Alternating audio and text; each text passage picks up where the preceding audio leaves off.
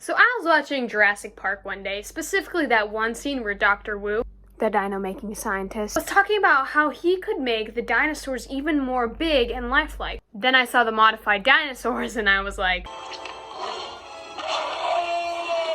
I thought, wouldn't it be crazy if we could do that to humans? I mean, I don't know about you, but I would kill to see a dino human. Oh wait!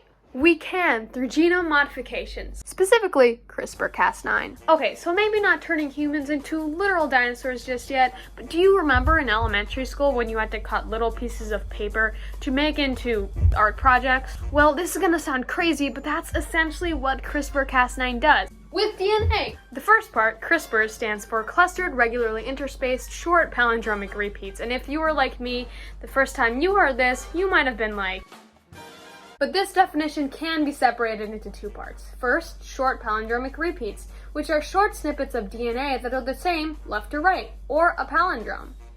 These snippets are also clustered, regularly interspaced, which means there's a bunch of them, one after another, with some space in between filled by unique spacer DNA. Now the second part of this concept is also divided. In bacteria, a Cas protein takes an invading virus's DNA and sticks it into a CRISPR. The virus's DNA in the CRISPR is then copied into an RNA snippet, which binds to a Cas9 protein.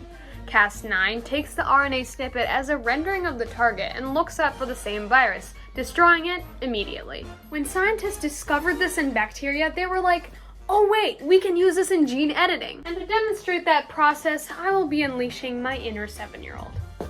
Let's just say that in a lab, a scientist attaches a guide RNA to a Cas9 protein, which directs the protein to where the gene is that the scientist wants to fix. The Cas9 protein then snips the gene, and the gene is broken. The cell sees this and tries to fix this, but the gene is turned off.